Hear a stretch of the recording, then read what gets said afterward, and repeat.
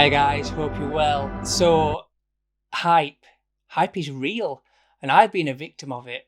This watch, I don't particularly like green as a colour, it's not one of my favourite colours. And I remember seeing the Hulk version with the green dial in the windows of a shop a few years ago, before I got into watches really. I remember saying to the wife, that is disgusting. Who'd buy that?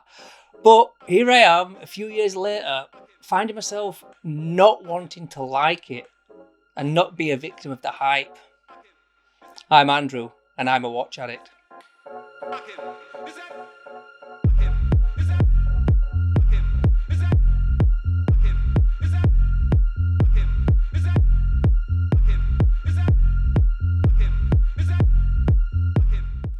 Yeah, so hype, it's a real thing, and when I went to go collect this watch, big shout out to Character Watches, Topman, and he's got this watch for sale, and he's really knowledgeable about watches. He's a decent guy as well. So if you're looking to buy a watch, get in touch with him. He'll do you a good price, I'm sure.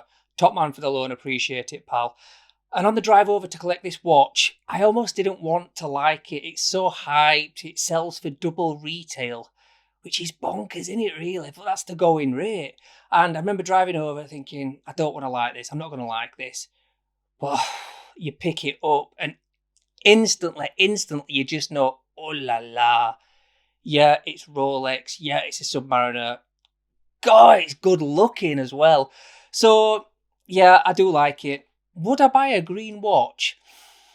I'm not sure I would, but everything about it. The Submariner for me is the most iconic watch in the world, and this is just a different variant of it. I'd probably go for the all black because it's a bit more of a classic version, but there's nothing wrong with this green, and it's just whether you like it. More importantly, whether you can afford it. It's a fantastic looking watch. The bezel action is to die for. Genuinely the best bezel action out there. I mean, My Planet Ocean is good, but I've got to say the green bezel, the movement of it is just, oh, la la la. So this model is the 126610LV. It retails at 7,650. It's got the 32-35 movement, which is a 70-hour power reserve, which is absolutely amazing. 300 meter water resistor, which you'd expect for a dive watch. Yeah, it's pretty standard stuff really nowadays for any watch really, that sort of power reserve. But it's almost what you can't see, and it's what you feel within a Rolex watch that makes it feel so special. That instant, it's hard to describe really. It's like a warm feeling you get in your belly when you pick up the watch and you just know it is just ultimate quality. I don't think there's anything like that. Now, the green bezel is what makes this watch so popular, so in demand, so hyped.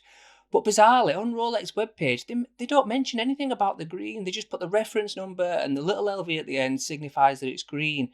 So this Starbucks name, is it a Rolex Starbucks? I suppose because it's black and green, and Starbucks have got a black and green sign. It's pretty weak, isn't it, as a nickname? And you're either a superhero or a drink for Rolex watches. Is nicknamed a good thing? It's a bit naff, really, isn't it? It's all within the watch community, really, and it's a gimmick, really. I don't know where it comes from. I'm not sure if I like it myself because it makes me feel even more geeky when I start referring to them with the nicknames. I don't particularly like a Starbucks name. I think it's nondescript, and it must be something better than that. The Green Hornet, I think I've heard that one as well. That's pretty good. Let me know what you think, guys. It's a weird one, but the brushing, the tapered bracelet, the clasp, the micro adjustment. There's nothing not to like about this watch, apart from the price. The grey market prices. Would you do it? Would you spend over retail? It's a really big ask to spend more than what you can get in the shop, but to try and walk in and buy one it's not going to happen, is it? Would you even land lucky as a watch enthusiast going in? Unless you've clearly got a ton of money, or you're going to buy a load of watches, or you've got a bit of history.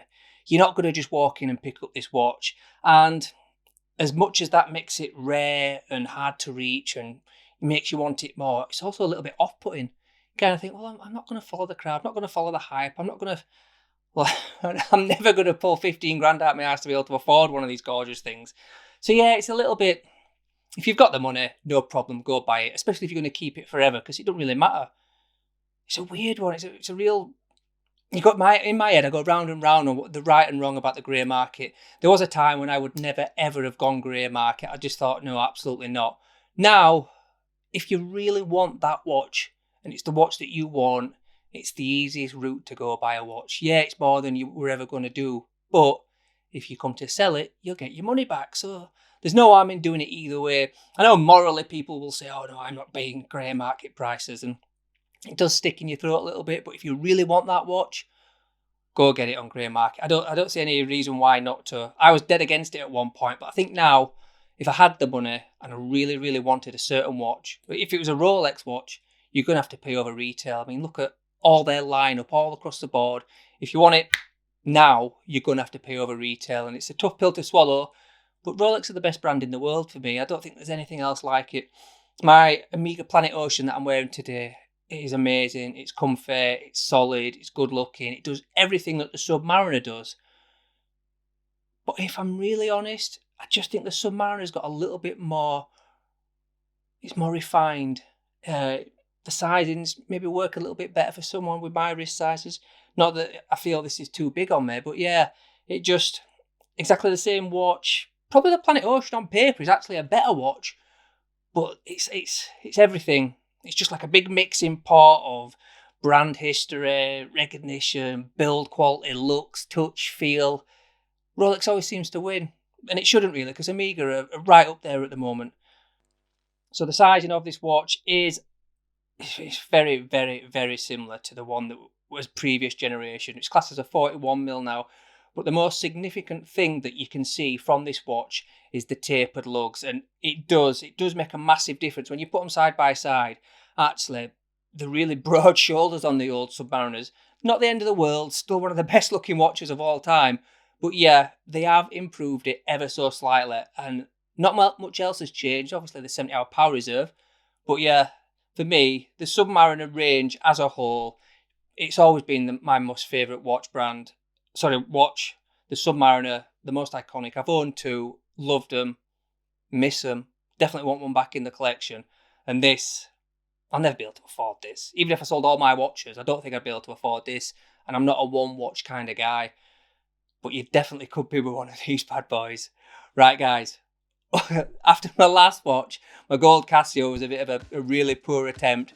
Hopefully, I've got some good watch shots of this. Oh, it's gorgeous. I'm back in the game. Over and out. I'll see you in the next one.